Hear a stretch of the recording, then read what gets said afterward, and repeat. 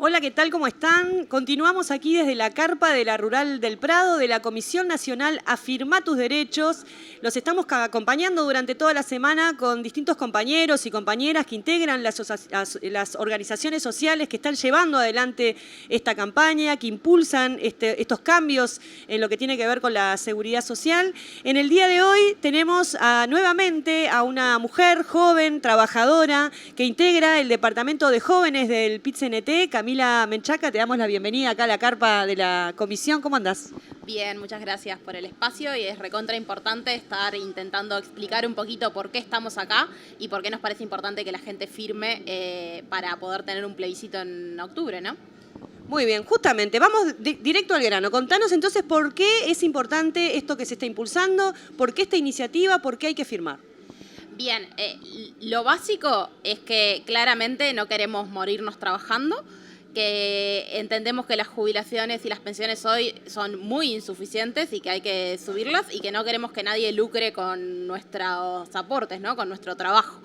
Pero más allá de esos tres pilares básicos, a veces a los jóvenes nos cuesta un poco como dimensionar eso de, bueno, va a pasar dentro de 30, 40 años y en realidad lo que sucede con las jubilaciones hoy nos afecta hoy a todos y a todas. Por ejemplo, ¿no? ¿Cuántos jóvenes, cuántas familias tienen que ayudar a sus abuelos o abuelas porque no tienen una jubilación digna y entonces tienen que venirse a vivir a la casa de sus familiares? ¿O cuántos esfuerzos se hacen a nivel de familia para poder pagar una casa de salud porque no alcanza con las jubilaciones? Eso nos afecta directamente hoy, sin ni siquiera tener que proyectar hacia el futuro.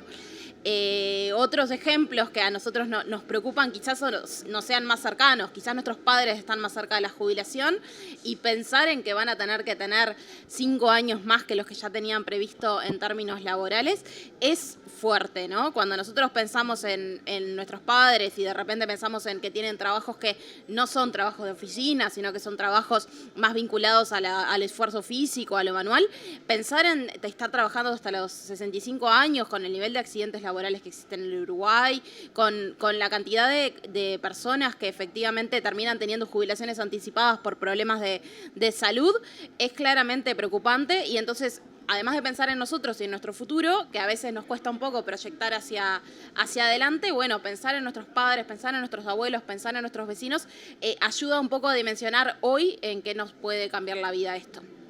Vos mencionabas esto de ser joven y ser trabajador también, ¿no? Porque hablábamos con Amira en la primera entrevista que hicimos de las dificultades de la informalidad que hay también cuando todos los que hemos sido jóvenes y hemos intentado, empezamos a trabajar, sabemos que muchas veces estás informal, que generalmente te pagan poca plata, que te tienen poco tiempo y te despiden. Entonces, cuando uno piensa en llegar hasta los 65, en tener que juntar todos esos años, es como un poco irreal, ¿no?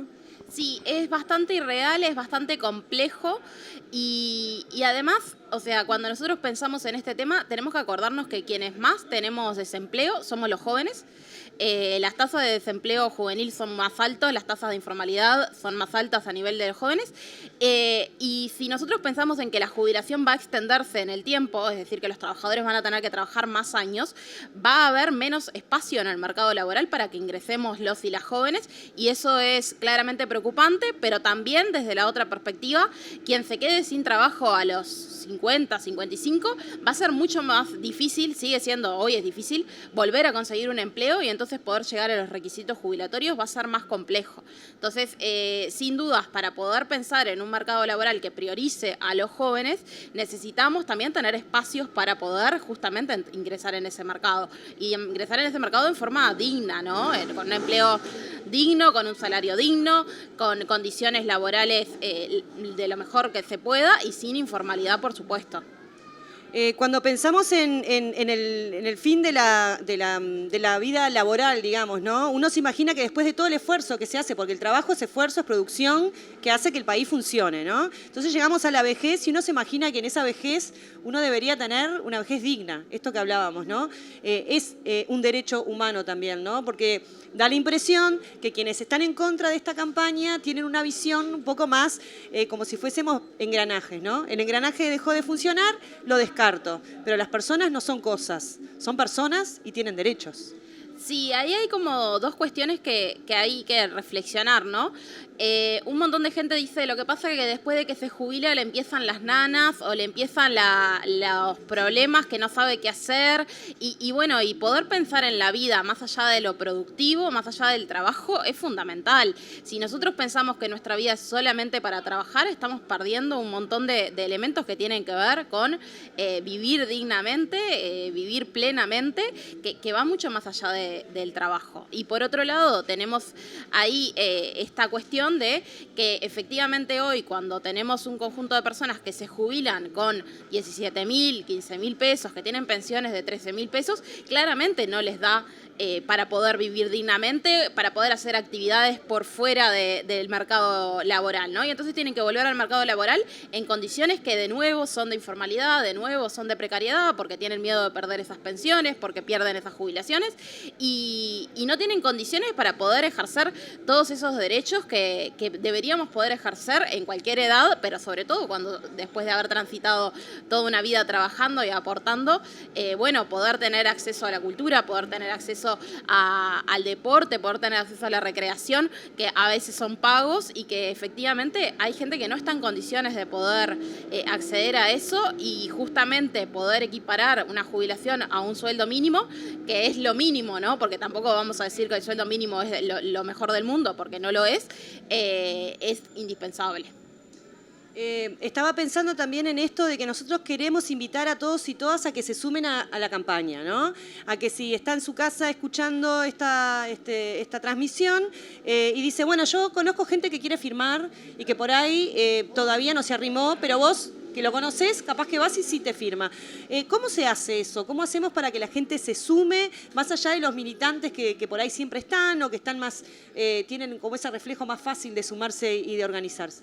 Sí, nosotros estamos en todos los eventos públicos masivos, pero además cada uno de nuestros sindicatos, cada uno de los gremios estudiantiles, cada una de las asociaciones que están vinculadas con este tema, tenemos papeletas en nuestros locales sindicales, en nuestros locales estudiantiles o lo que fuere. Podemos pedir una papeleta acá en la Rural del Prado, pedir una papeleta en el Parque Roosevelt, pedir una papeleta en la Semana de la Cerveza, pedir papeletas para llevar a firmar a nuestros vecinos y vecinas y luego arrimarlas al local sindical o pedir un contacto y justamente nosotros hacemos esa tarea de ir a buscar esas papeletas. Nos pasa cuando hacemos barriadas que los vecinos nos piden quedarse con 2 o 3 papeletas y después nosotros los vamos a buscar. Eso no es problema, nosotros tenemos la más amplia disposición justamente para que todo el mundo pueda firmar y que estén dadas las mejores condiciones y bueno, haremos un esfuercito extra para ir a buscar esas papeletas donde sea, pero lo hacemos con muchísimo gusto porque para nosotros es fundamental llegar a las firmas antes del 26 de abril. Bien, les recordamos a todos y todas que estamos desde la Rural del Prado, en la carpa de la Comisión Nacional Afirmá tus Derechos, que los vamos a estar acompañando todas las semanas y que el objetivo de esto es darles la mayor información, tanto para los compañeros y compañeras que por ahí no lo tienen muy claro, pero con el objetivo de que se sumen y de que impulsen también en sus entornos a que más compañeros y compañeras junten firmas. ¿Con qué te has encontrado en la calle cuando hablas con la gente, cuando la abordás para invitarlo o invitarla a firmar? ¿Qué es lo que te encontrás allí? Mucha receptividad. A la gente realmente este es un tema que le preocupa y mucho. En general la gente cuando uno le plantea la necesidad de bajar la edad jubilatoria está de acuerdo.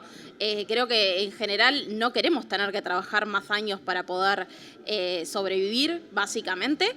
La gente tiene mucha receptividad con lo que tiene que ver con las pensiones y las jubilaciones mínimas. Es una preocupación real en la población y quizás hay algunas dudas respecto a lo que tiene que ver con las AFAP y en ese sentido hay un montón de información que nosotros estamos brindando, que los compañeros que están más vinculados al tema se han encargado de brindar. Todo lo que tiene que ver con asegurarle a la población que la plata que está hoy en la AFAP va a pasar a un fideicomiso en el BPS, o sea que eso va a quedar guardado, que eso va a volver a cada uno de los trabajadores, que eso no se pierde, eso no se lo queda al Estado, para nada, eso va a volver a los trabajadores y vamos a poder hacer un seguimiento de lo que sucede con ese dinero, que es una de las dudas que tiene la gente, que nos parece muy importante poder darle tranquilidad a la población. Y lo otro que se nos dice es, bueno, entonces, ¿cómo va a poder financiarse el sistema? Que es un sistema que tiene déficit. Yo personalmente soy trabajadora de la educación. Soy profesora. Cuando yo trabajo en secundaria paga el doble de aportes patronales que lo que paga cualquier empresa privada en el Uruguay. Entonces, ¿por qué las empresas privadas no están aportando lo mismo que aportamos los trabajadores? Secundaria sí lo hace, las empresas privadas no lo hacen. Pero al mismo tiempo, cuando vamos a las empresas de la educación privada, los colegios privados, liceos privados, esos no pagan aportes patronales, ¿no? Entonces tenemos un montón de sectores desde donde se podría hacer un esfuerzo para justamente financiar esto sin correr el riesgo de que haya un desfinanciamiento. Y justamente eso lo dice la papeleta, que en 2 años habrá posibilidad de hacer toda una reglamentación que permita obtener los recursos de donde se debe. ¿Por qué los trabajadores hacemos el doble de esfuerzo que el que hacen las empresas?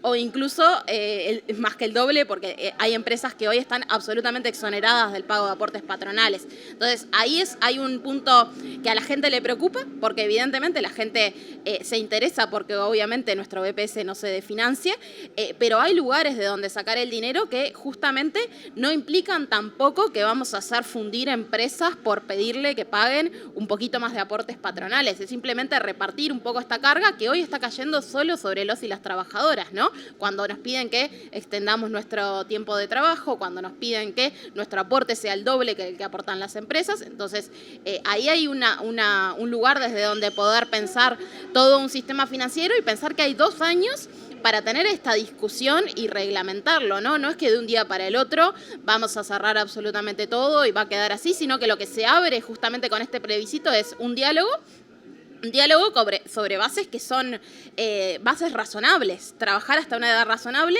tener una jubilación y una pensión digna y que nuestros aportes los gestione el Estado para justamente no tener ahí ningún inconveniente en relación a quién está ganando con nuestra plata, ¿no? Que nuestra plata efectivamente sea de carácter solidario para los demás trabajadores y jubilados.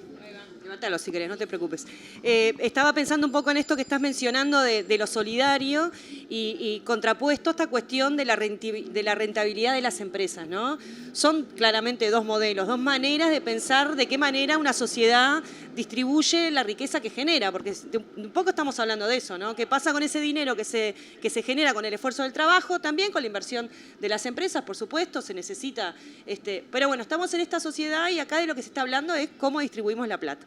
Y cada vez que se habla de distribuir la plata, parece que el mundo se termina. Siempre está esta amenaza de las empresas no van a querer venir a invertir, se van a fundir las empresas, pero de hecho, lo que vos hablabas de los aportes patronales, Uruguay es uno de los países que tiene aportes patronales más bajos, o sea, en general no es así, o sea, las empresas, los patrones, digamos, aportan mucho más en otros países. Hay una cuestión de desigualdad histórica en Uruguay que parece interesante tener la posibilidad de poder cambiarlo en esto que vos decís del diálogo, pero también tener asegurado, que es lo que busca, entiendo, este plebiscito y las organizaciones que lo impulsan, de que haya una base de la cual partimos, que el lucro no.